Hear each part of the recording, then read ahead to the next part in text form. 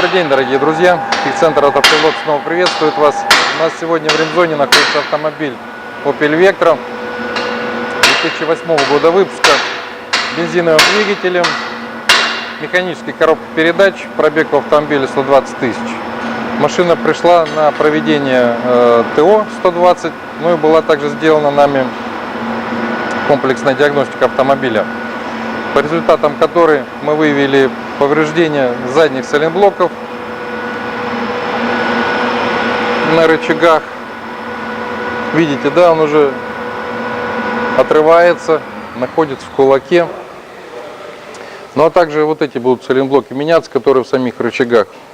Вот стоит уже установленный рычаг, видно, что здесь сайлентблок новый стоит.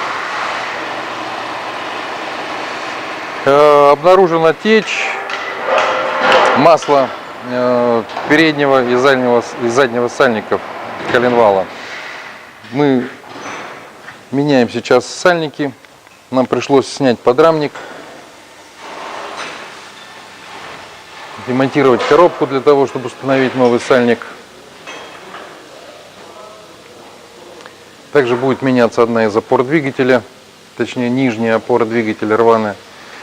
Ну а здесь еще видна течь масла. Тут нам еще только предстоит ремонт. Объем работы большой. Время на ремонт займет около 12-13 часов.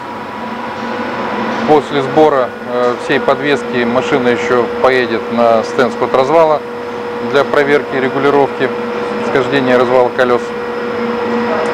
Сумма ремонта составит 32 250 рублей. Мы даем гарантию на свою работу 24 месяца. При этом несем полную материальную ответственность за все рекомендации и произведенные нами работы. Если у вас возникают какие-нибудь вопросы по ремонту и обслуживанию автомобилей, звоните, мы всегда на связи и готовы вам помочь.